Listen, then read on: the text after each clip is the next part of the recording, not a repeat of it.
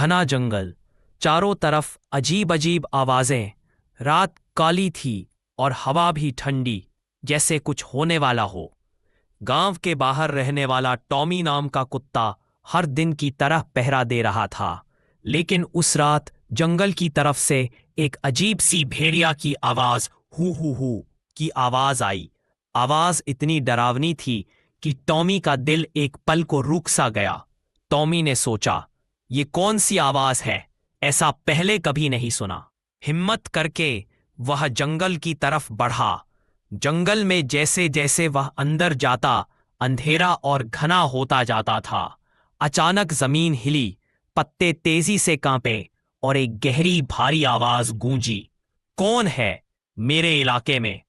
Tommy डर गया लेकिन हिम्मत करके बोला, मैं टॉमी हूं, गांव से आया हूं। तभी झाड़ियों के पीछे से लाल लाल चमकती आंखें दिखाई दी। फिर उभरी एक बड़ी सी परछाई। वह था धूसर, जंगल का सबसे खतरनाक भेड़िया। धूसर ने टॉमी को घूर कर कहा, यह जंगल आज शांत नहीं है। यहां कुछ ऐसा जाग चुका है जिसे हम भेड़िए भी डरते हैं। टॉमी कांप गया। क्या चीज?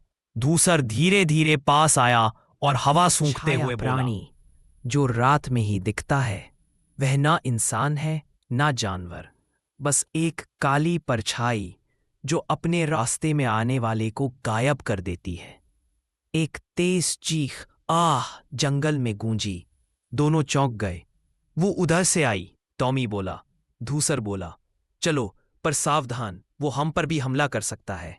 दोनों आवाज की तरफ भागे। कुछ दूरी पर उन्हें एक टूटा हुआ पेड़ और जमीन पर बड़े बड़े पंजों के निशान मिले, लेकिन किसी जानवर के नहीं। ये किसी बहुत बड़े अजीब प्राणी के थे। टॉमी धीरे से बोला, ये कौन है? धूसर ने कहा, छाया प्राणी आज रात शिकार पर है, लेकिन एक रास्ता है उसे रोकने का। पहाड़ की चोटी पर एक पुराना मंदिर है, जहां की घंटी की आवाज उससे दूर भागती है।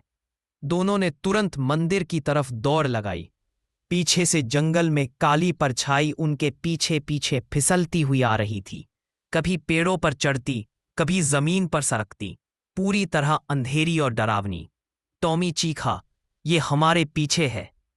धूसर गुर्राया, दौड़ो, सूर्योदय से पहले घंटी बजानी है, वरना हम भी नहीं बचेंगे। दोनों तेजी से पहाड़ चढ़ने नजदीक आ रही थी।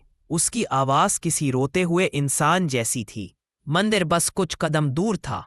तभी परछाई ने छलांग मारकर दोनों को घेर लिया।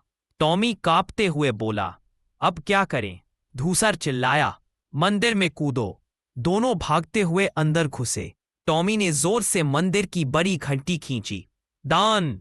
आवाज पूरे जंगल में फैल गई।